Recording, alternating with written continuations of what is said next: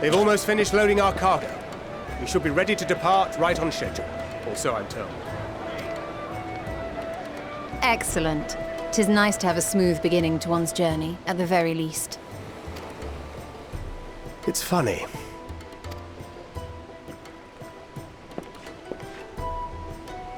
Master Louis Soir came here on a ship very much like this one. And now, years later, the street urchin he befriended that day is bound for his mentor's homeland. With his mentor's grandchildren, no less. Aye. 'Tis upon reflection that every twist of time's river and fate's whims are brought into sharp relief. Thou hast matured much in the intervening years. Wert thou not caught attempting to relieve Master Louis Soir of his purse scant moments after he made landfall upon this dock?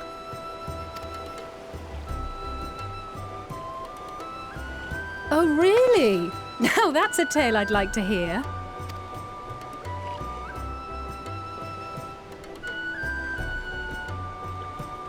Will this be your first visit to Sharlayan, Sir Estinian?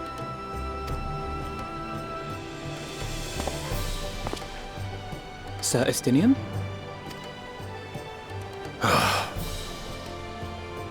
Are we strangers newly met? Why this stiff formality?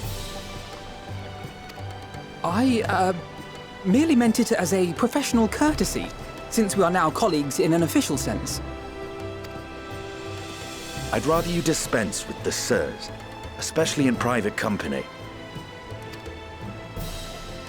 or I'll be forced to respond in kind, little Lord Alphinaud. You've made your point, Estinian. Painfully well. Better.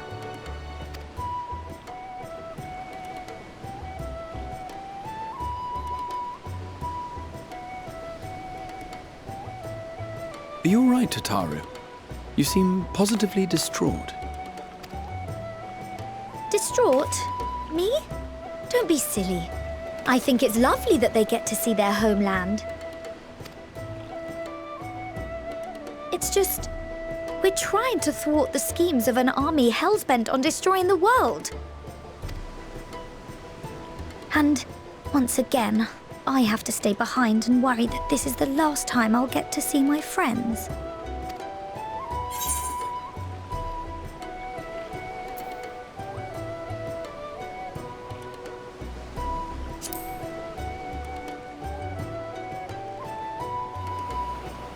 Well, that's hardly comforting. Ah, good. You're still here. Hori! Coultenay! What brings you all this way? We're to assist the Maelstrom and the Kobolds with a lunar primal operation, so we thought we'd see you off before heading to the tower. Flamine and the others wish you all a safe journey, and promise that they'll look after things here until you return. We will too, of course. Aye. We, your fellow Scions of the Seventh Dawn, will do our part to ensure the end of the world won't happen on our watch.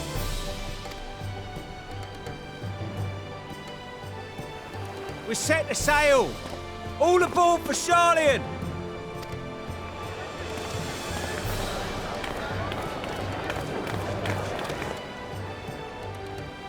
It's time. Then we must delay no longer. We will contact you the moment we learn aught of value. Wish us luck.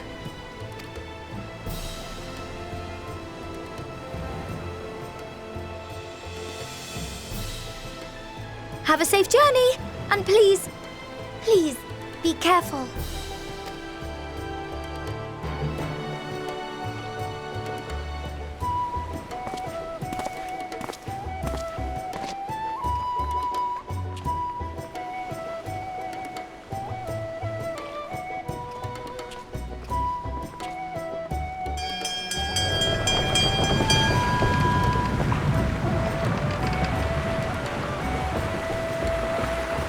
And so you venture forth unto the unknown.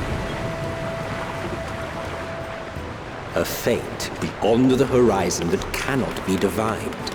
A future undefined and in flux. In uncertain times, naught but the simplest words of wisdom will suffice.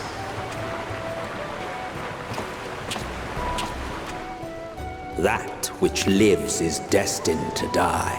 Love leads to loss. Every beginning has an end.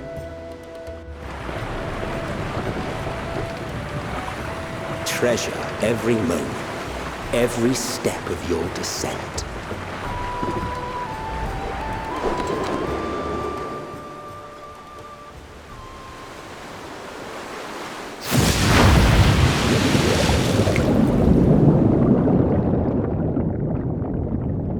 And there, in the depths where souls and stars rest, find your truth.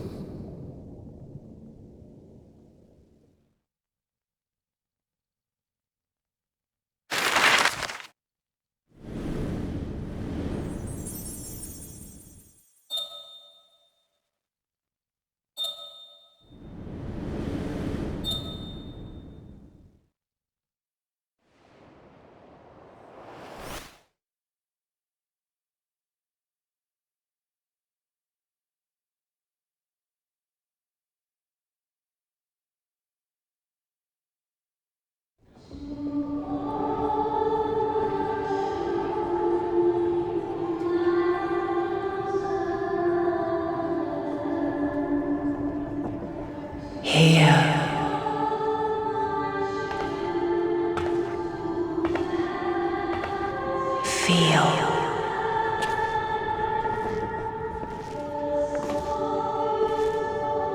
Think.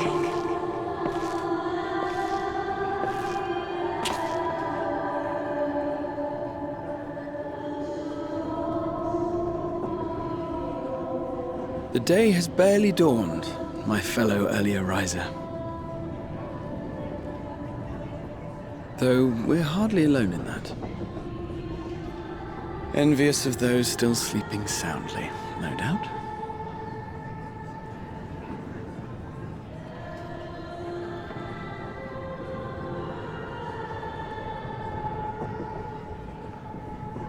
Called out to you, you say? I've heard nothing myself.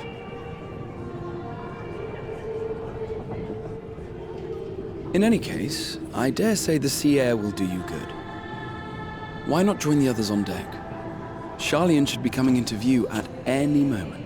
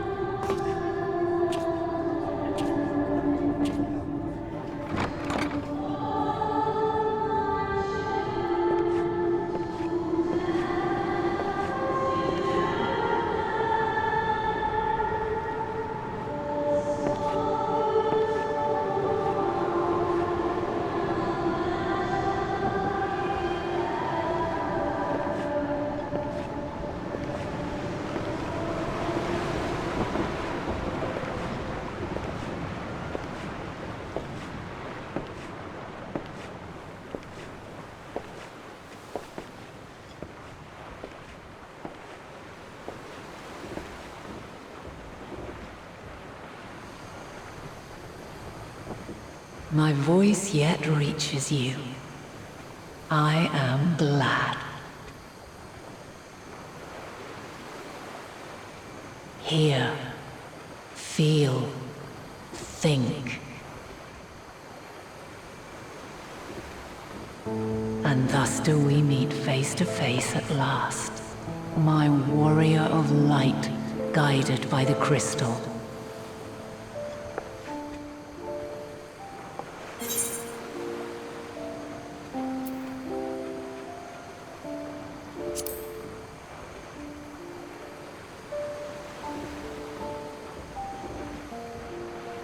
You have visited the first.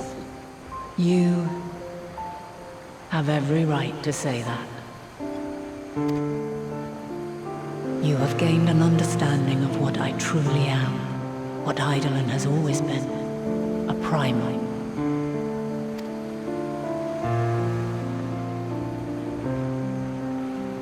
Zodiac was created to forestall the apocalypse which threatened the ancient world.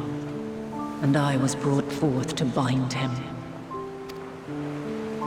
Yet 7 times now, those who would orchestrate a return to that bygone era have rejoined a shard to the god I had sundered. The greater his strength grows, the swifter does mine own diminish. The power to draw your mind into the rift betwixt is no longer mine to wield. Yet though it taxes me sorely, I dare not leave these words unsaid.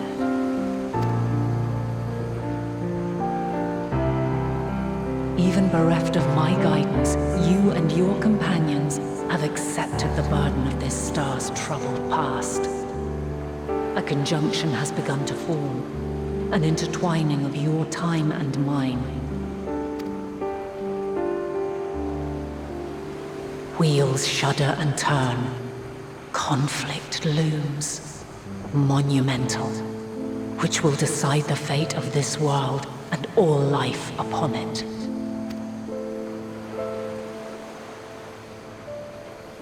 When you truly understand what is at stake, and your journey has prepared you to surmount the insurmountable, then shall I honor the promise made in another time. Another age. Cast your peepers to the fore, folks. Sharlayan's just over yonder. I will not keep you further. Your traveler's heart must yearn to behold this unfamiliar land. We shall meet again, and soon.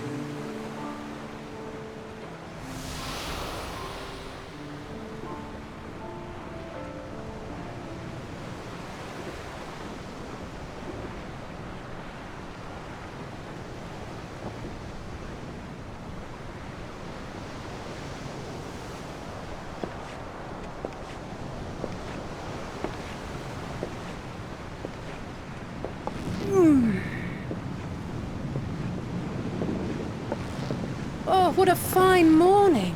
Oh, still a bit stiff though.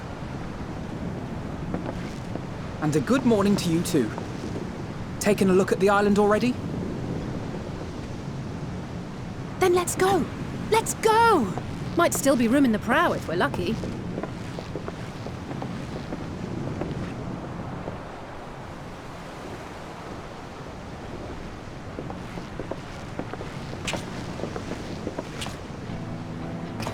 Ah, the sleepers have arisen.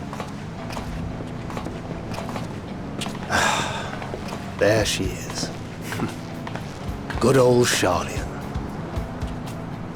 Oh, I see it.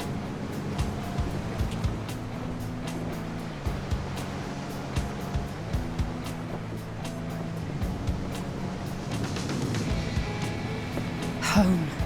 Home at last. Well, maybe not in Father's eyes, but we'll manage on our own, if we must. You do know you're not alone in this, don't you? Indeed, 'tis as Sir Estinian said. Forget not the comrades who boarded this ship at your side, I prithee.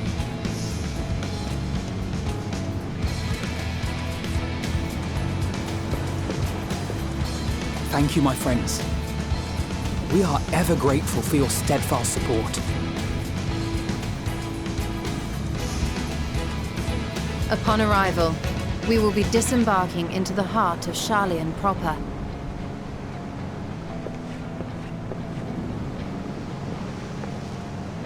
There is no greater concentration of wisdom in all the world.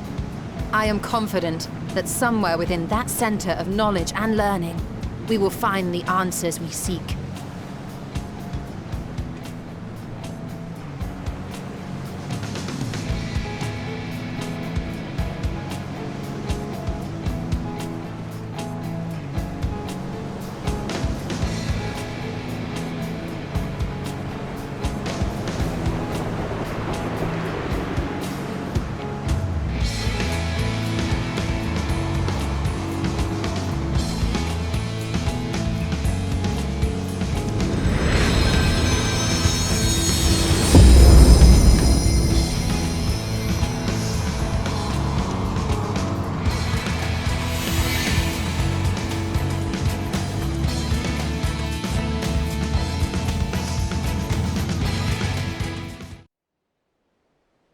Sharlayan, the solitary island nation of the northern seas.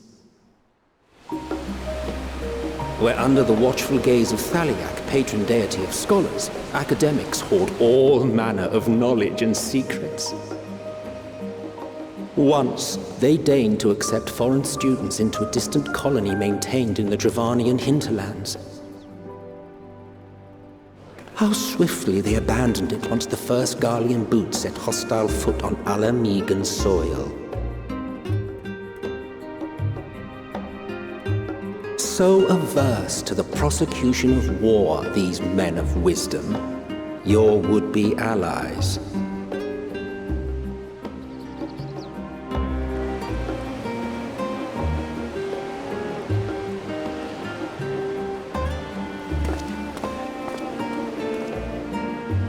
I thought they'd never let us off the ship. What's next, then? Entry applications? Hopefully they find no cause to deny us.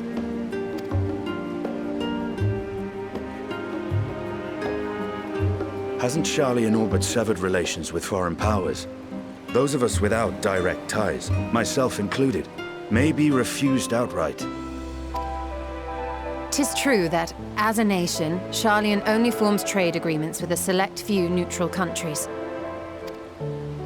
But from a practical standpoint, an island cannot afford to be overly strict with its borders, especially not if that island's people are wholly devoted to the accumulation of knowledge.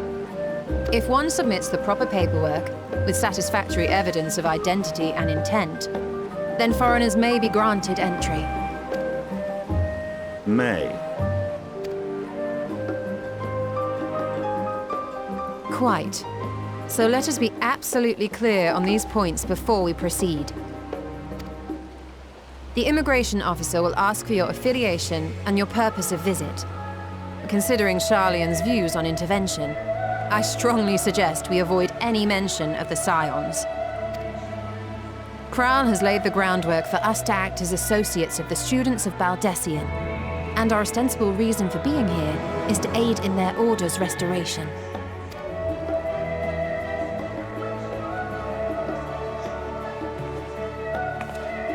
G'raha Tia, it might expedite our progress should an actual student be seen at the head of our little group. Would you mind leading the way? Of course. The immigration officers were this way, as I recall. Shall we?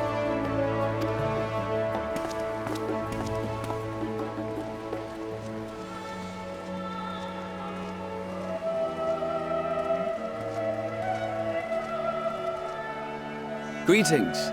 We've just arrived and are eager to make our way into the city. Would you be so kind as to process our entry applications? Certainly. I see by your mark you are an Archon.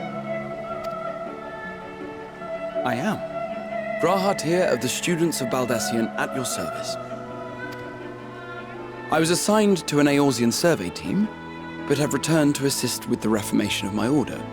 My associates here will provide additional support.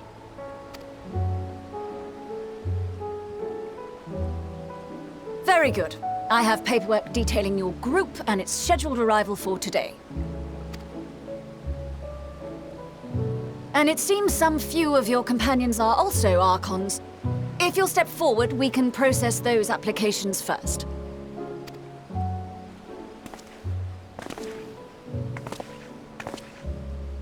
Ishtola rule.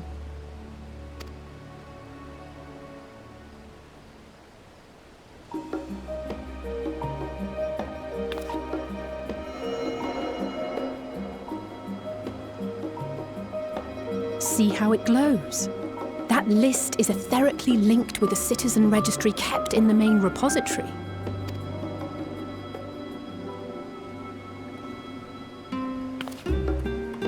I've confirmed your status as Archons and amended your travel records accordingly. Welcome home. Now, who do we have here?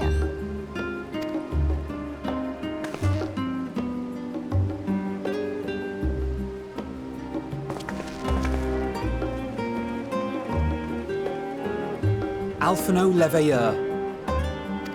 And Alizé Leveilleur.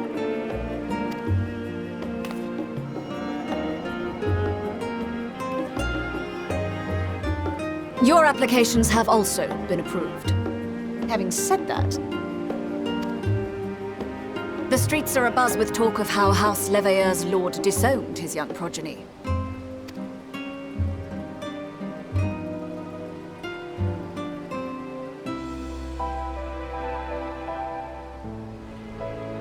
And while such personal circumstances constitute no reason to deny you entry, I urge you to avoid exacerbating your present situation.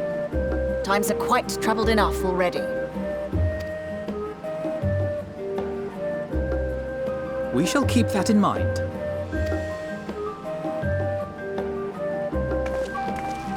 These last two are not Sharlayan natives, but you will find their credentials are in order. An application was made in advance.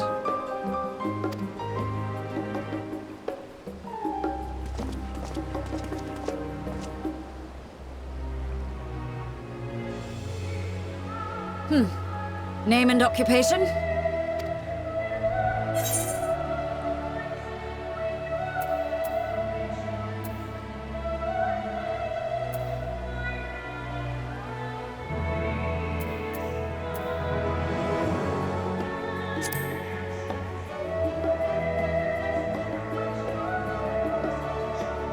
Indeed.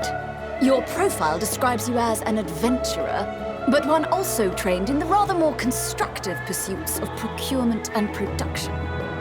You may enter. And you, sir? Estinian Varliner, formerly of the Order of the Knights Dragoon in Ishgard. Formally, at least. And what, pray tell, is your profession now?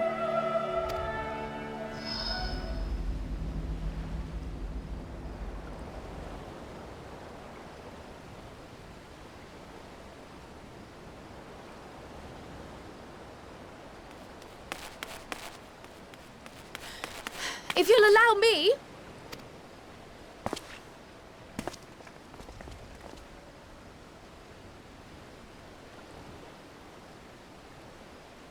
My associate is a mercenary, hired for his strength at arms. Surely you are aware of the dangers we often face on our forays into the wilderness. Mistress Baldesion, if you insist on sponsoring his entry, then so be it. But while I appreciate that desperate times call for desperate measures, I find your choice of company concerning. Be advised that even a single misstep may have severe repercussions for your organization. I have every confidence in my chosen company, dear and trusted comrades that they are. But I thank you for your concern.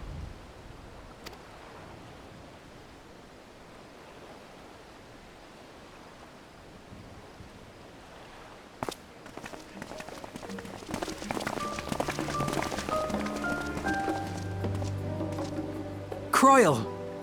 It is good to see you. Likewise. Long voyage notwithstanding, you will seem none the worse for wear. There is much to discuss, but this is hardly the place. Let's be on our way, shall we?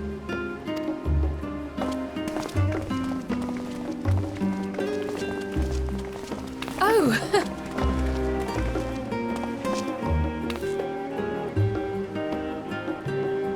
Welcome, friends, to Sharlayan. As your mercenary, I should hope my welcome includes a generous salary. Well, I had to say something, Sir Taciturn.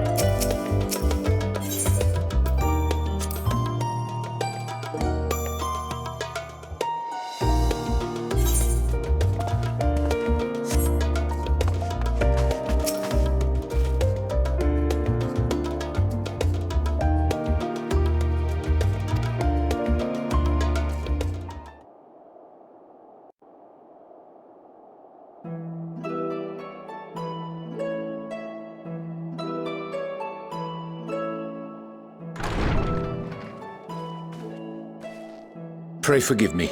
I was delayed. It's fine, Oriange. We're all here now. Let's get down to business then, shall we?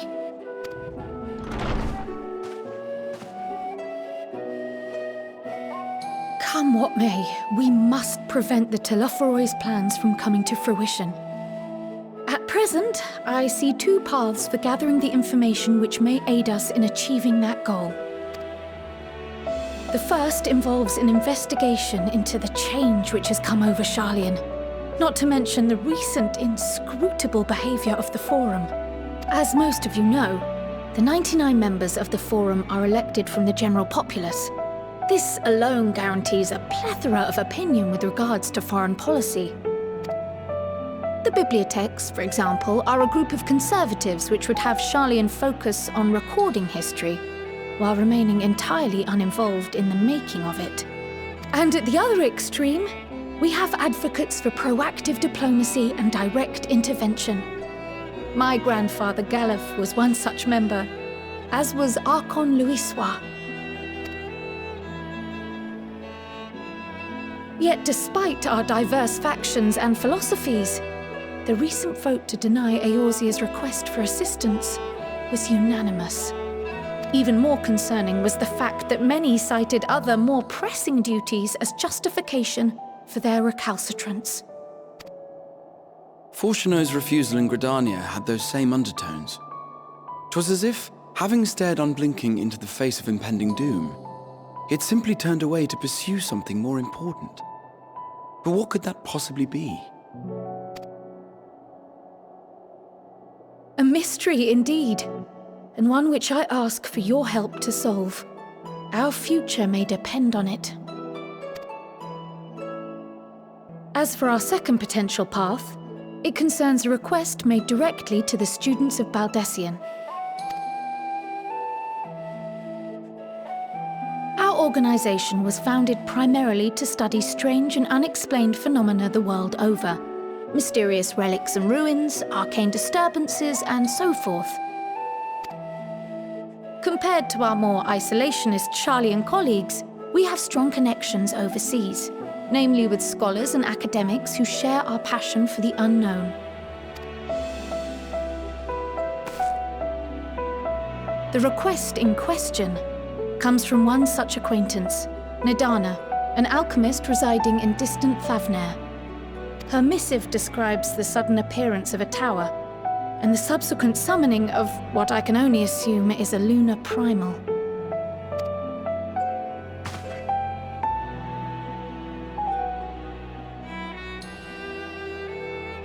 In response to this threat, the satrap of Radzat-Han, the individual who governs the city-state, has instructed the alchemists to find a means to deal with the spire. The artisans of that land are heirs to an ancient tradition, one rather unlike that of their Uldan counterparts. 'Tis possible, nay, probable, that they have gleaned truths unattainable by Eorzea or her Far Eastern allies. They do, in fact, appear to have a strategy in mind, though it will require further research. To that end, they have requested an introduction to a capable warrior shielded by the blessing of light. Assuming we divide our forces to pursue both of Kra's lines of inquiry, then having you join the group heading to Thavnair would seem the obvious choice. But the investigation in Sharlayan is of vital importance as well. Equal, I think, to the Thavnairian one, given that the fate of the world may hinge on the results of both. Yes, it is quite the quandary. Though it is a great imposition and an altogether too common one, our efforts would be more likely to succeed were you to lead the charge on both fronts.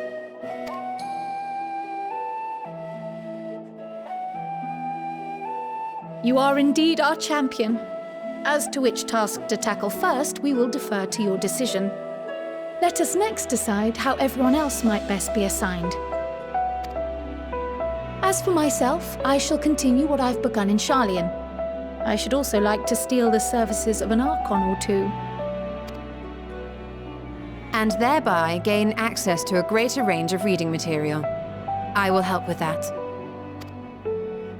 Allow me to offer my assistance. I have some small amount of experience in the field of research.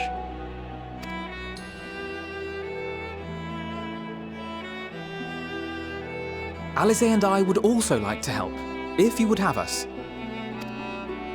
Anything to understand even a fraction of what our father and the Forum might be thinking. Of course! The more the merrier. Right. The rest of us will make the journey to Thavnair. Thoughts? Objections? I passed through Thavnair on my way to infiltrate the Empire, and though I'm not qualified to give a guided tour, I did gain a sense of where things lie. I'll be happy to have you along then. So for this group, it will be you, me, and Urianger.